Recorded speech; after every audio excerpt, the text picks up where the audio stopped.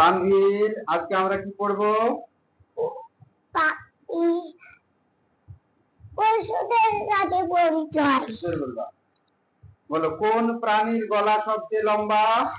Giraffe.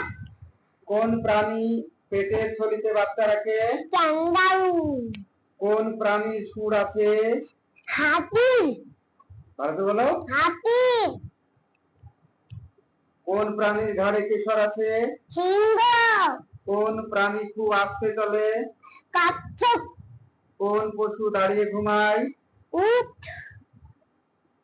কোন পশু দাঁড়িয়ে ঘুমায়? উট। কোন পশু দাঁড়িয়ে ঘুমায়? ঘোড়া। ঘোড়া। ভুল বলছিলে কেন?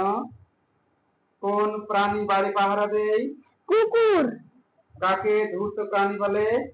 ধূর্ত শিয়াল। শিয়াল। সবচেয়ে উপকারী পশুর নাম কি? গরু। কোন বাঘ গাছে উঠতে পারে? চিতাবাঘ। আমাদের জাতীয় পশুর নাম কি? জাতীয় পশুর নাম বাঘ।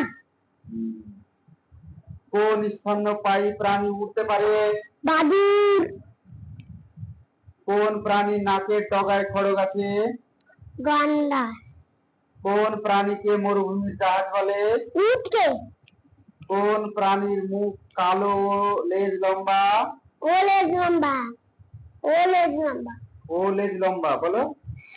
হনুমান। হনুমান। কোন প্রাণী গাছে দ্রুত উঠতে পারে? কাঠবিড়ালি। কাঠবিড়ালি। পশুরাজ কাকে বলে? সিংহকে। কোন পশুর আঁকা বাঁকা শিং আছে? হরিণ। কয়েকটি গৃহপালিত পশুর নাম বলো। বাড়িতে বসে। হ্যাঁ, বাড়িতে বসে। গরু, ছাগল, ভেড়া। কয়েকটি তৃণভোজী পশুর নাম বলো। তৃণভোজী, ঘাস খায়। হরিণ, ছাগল আর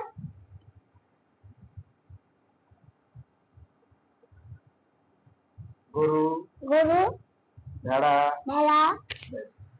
কয়েকটি মাংসাশী প্রাণীর নাম বলো। মাংস খায়। মাংস খেয়ে বেঁচে থাকে এইরকম প্রাণীর নাম বলো। সিংহ। সিংহ। আর বলো, মাংস খেয়ে বেঁচে থাকে কোন প্রাণী? শিয়াল। শিয়াল। আর হেনা। হায়না। হায়না।